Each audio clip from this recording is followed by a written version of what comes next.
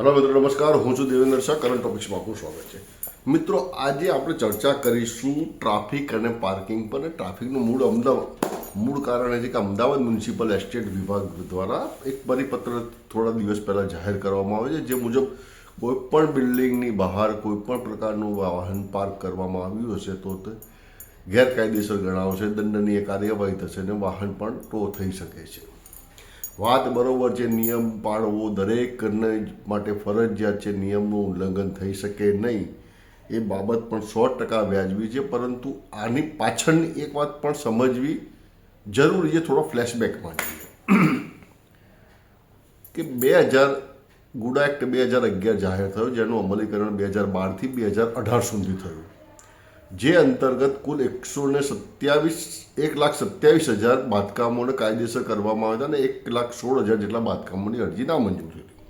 આ જે 1,27,000 બાંધકામો પેટે મ્યુનિસિપલ કોર્પોરેશને 349 કરોડની આવક થઈ હતી, જેમાંથી 180 કરોડ, ફરીથી રિપીટ કર્યું, 180 કરોડ એટલે મોર અડધા કરતાં પણ લગભગ વધારે પાર્કિંગ ફી પેટે હતા. મતલબ કે જે પાર્કિંગની અરજીઓ મંજૂર કરવામાં આવી હતી તે જે 1,27,000 પાર્કિંગની અરજી બાંધકામોની અરજી કુલ મંજૂર કરવામાં આવી, તે પૈકી 1170 કે સમથિંગ અરજીઓ પાર્કિંગની હતી, કે જે કોમ્પ્લેક્સમાં પાર્કિંગ નથી, પાર્કિંગનો અભાવ છે તેની અરજીઓ હતી.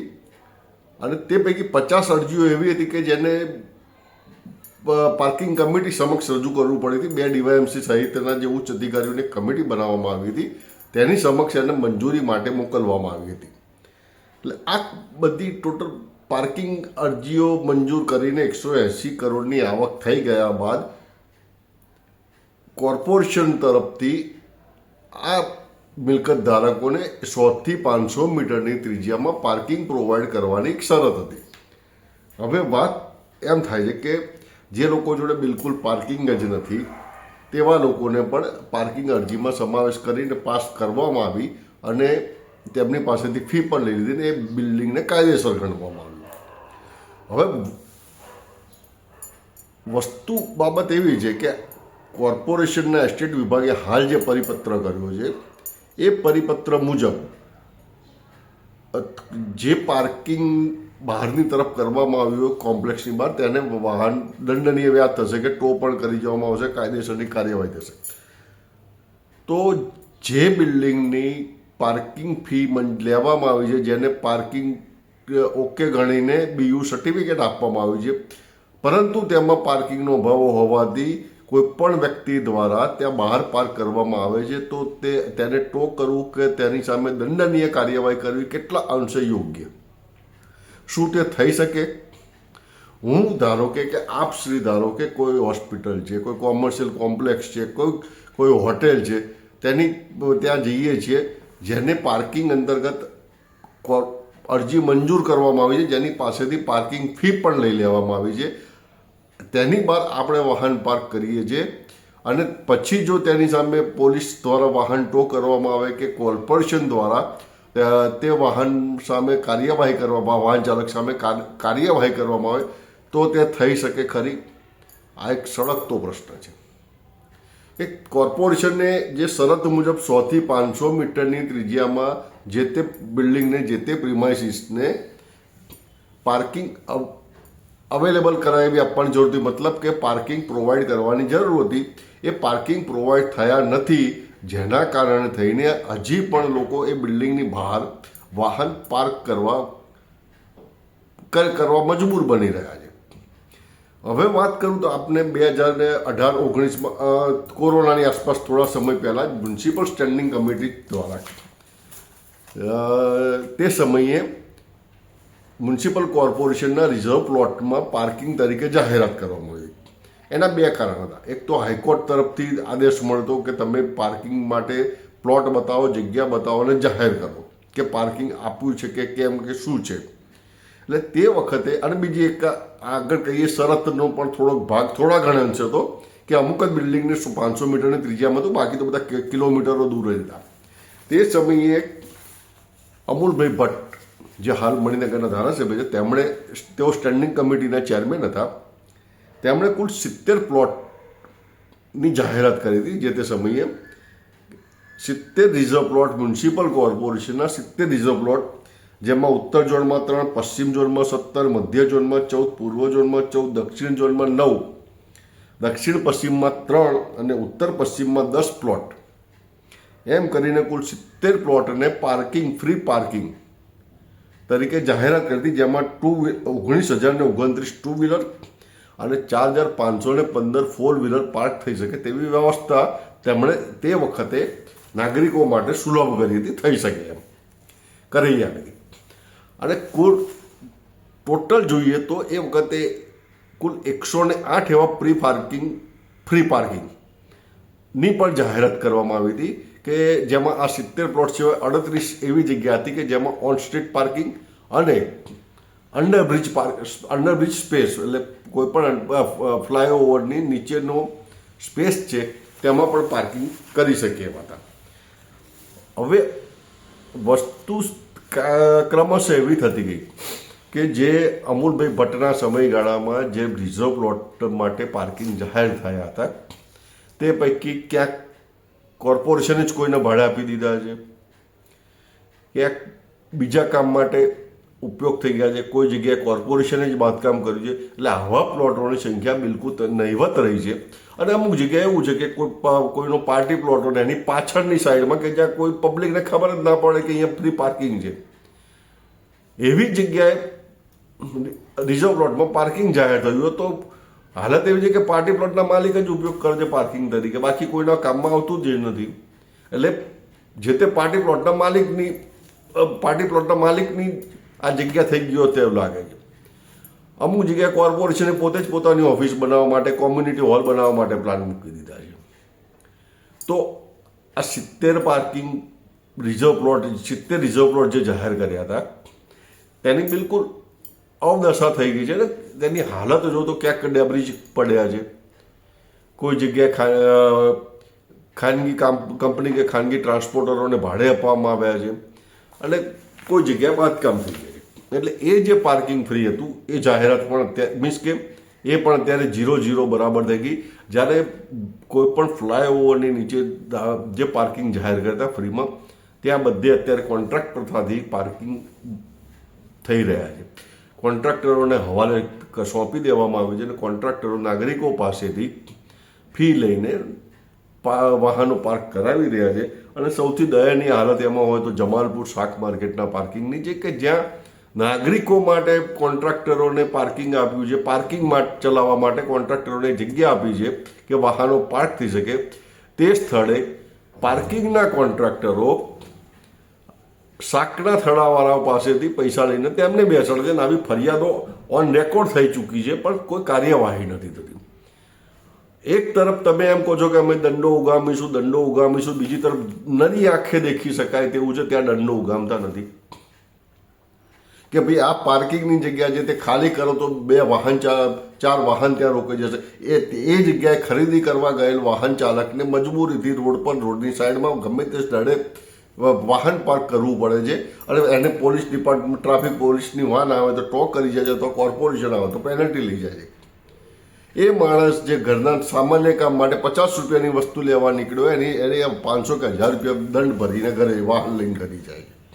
તો આ જવાબદારી કોની બને છે? તમે પાર્કિંગની ફી લઈને બેઠા છો તેમ છતાં તમે પાર્કિંગ પ્રોવાઈડ નથી કરતા અને ઉપરથી તમે દંડવાની વાત કરો છો. તે કેટલા અંશે વ્યાજબી છે?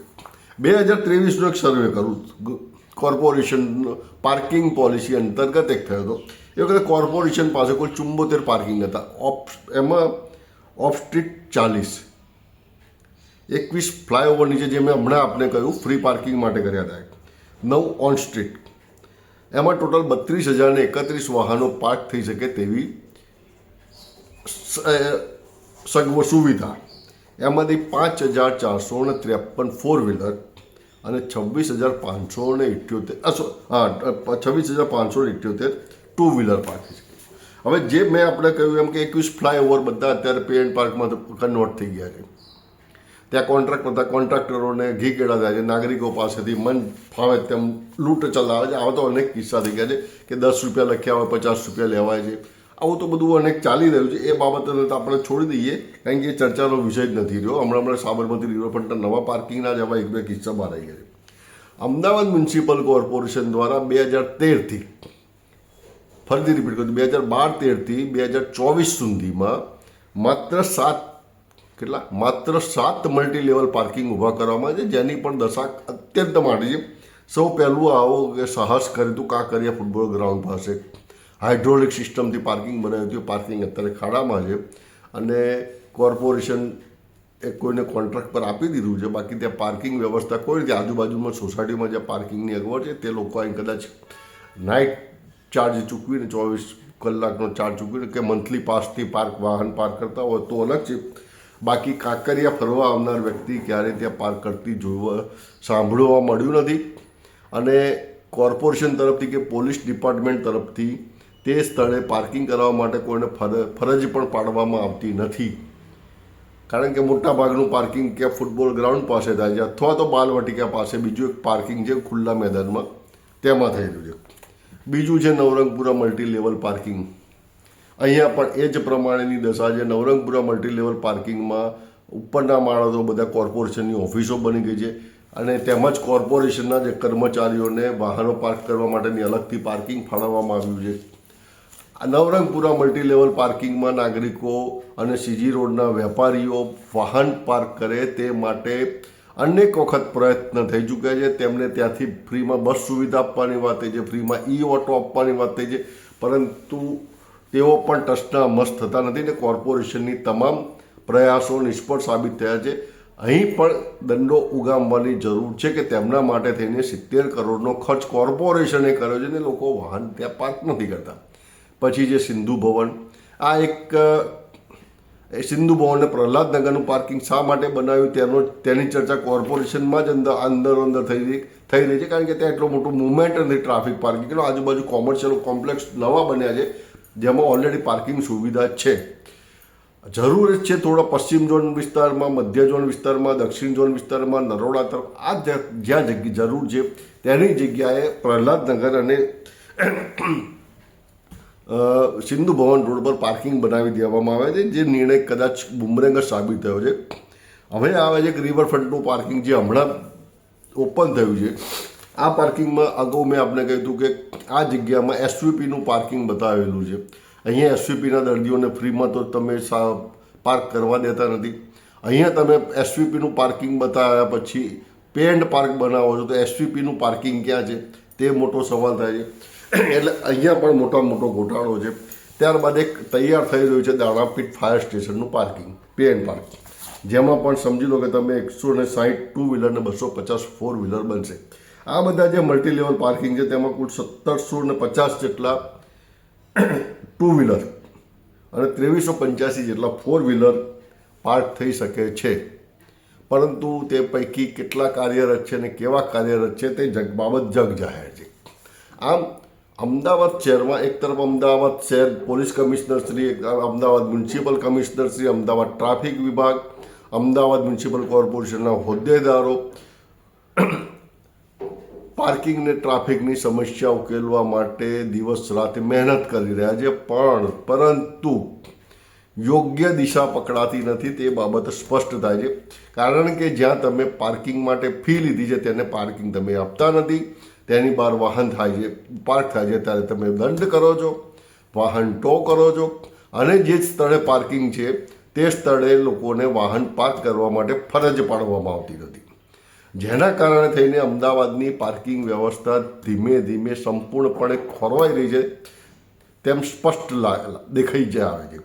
અમદાવાદમાં જુઓ તો તમે મણિનગર રેલવે સ્ટેશન પાસે કોઈ જ પાર્કિંગ નથી, જે પાર્કિંગ છે રેલવે ડિપાર્ટમેન્ટનું છે. સામે સિંધી માર્કેટ છે, સિંધી માર્કેટમાં તમે જુઓ તો ટીપી રોડ પરના દબાણો છે. તમે ત્યાં ભાજીપાઉંવાળા જે ઊભા છે, જ્યાં બીજી નાની દુકાનો છે કે લારીઓવાળા છે, બસ સ્ટેન્ડની પાછળ જે સત્યમ ટાવરની બાજુ એ ટીપી રોડ પરના દબાણ છે, તે દૂર કરીને જગ્યા ઓપન થતી નથી. ત્યાં પાર્કિંગ બનાવી શકાતું નથી. બ્રિજની નીચે પહેલાં પાર્કિંગ બનાવવાનો વિચારણા હતી, તે પણ અમલ થયો નથી. મણિનગરમાં હાલ કોઈ પણ જગ્યાએ મણિનગર સ્ટેશન માટે મણિનગર એરિયામાં ખરીદી કરવા માટે જવું હોય તો નાગરિકોને આંખે પાણી આવે છે. જે થોડું ઘણું પાર્કિંગ નાગરિકો ફરજિયાત ઘૂસીને કરે છે તે મણિનગર સિંધી માર્કેટમાં આવેલી કોર્પોરેશનની ઓફિસમાં કરી શકાય. ત્યાં તે સિવાય કોઈ જ સ્થળે પાર્કિંગ થતું નથી. આ જ વસ્તુ શહેરના દરેક ખૂણે છે. આ એક ઉદાહરણ આપ્યું, પણ આ જ વસ્તુ શહેરના દરેક ખૂણે છે. તેમ છતાં તે તરફ ધ્યાન આપવાના બદલે ખાલી દેખાઈ આવે, ખાલી કોઈને એકાદ 2-5 જણને ખુશ કરવા માટે થઈને મલ્ટીલેવલ પાર્કિંગ પાછળ કરોડોના ખર્ચા થઈ રહ્યા છે.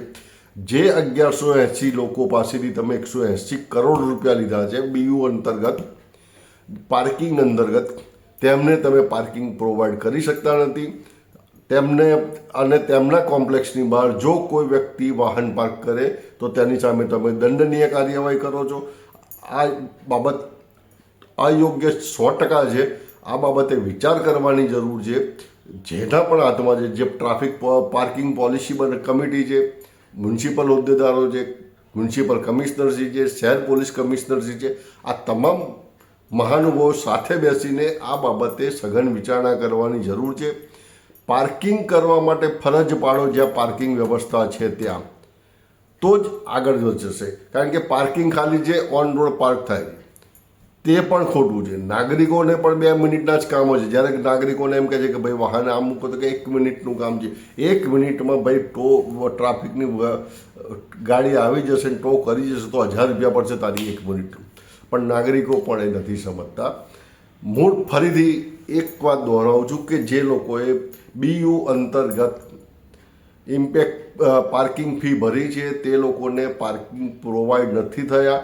તેમ છતાં તેમની મિલકત બહાર ઉભેલા વાહનો જો ટો કરવામાં આવે કે તેની સામે દંડનીય કાર્યવાહી કરવામાં આવે તો તે અયોગ્ય છે.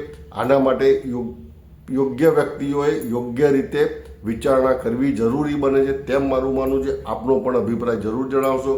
જય ભારત, જય હિન્દ, જય જય ગરવી ગુજરાત.